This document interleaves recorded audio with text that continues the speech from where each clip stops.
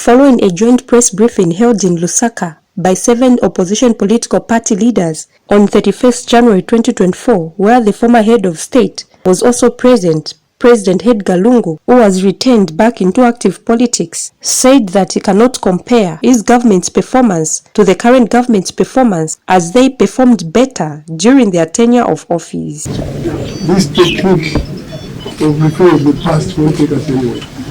We gave up power in 2021, the new government is in place, and the new government is growing.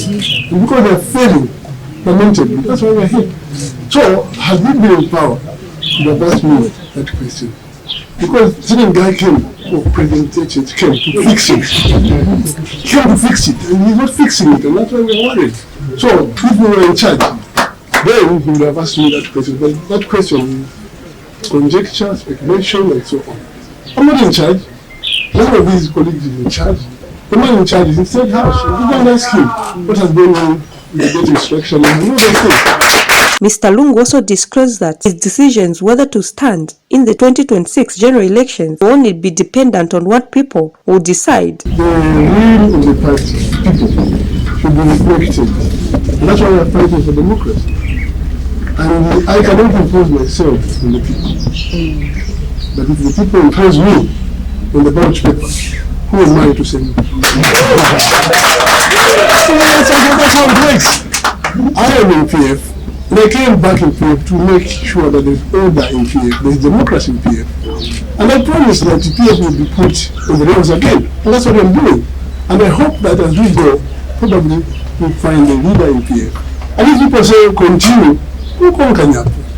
However, these opposition political party leaders are calling for an endeavor with government, which they have described that it will help in finding the solutions to various challenges that the country is facing. United Liberal Party President Sakweba Scotta read the speech on behalf of the opposition leaders.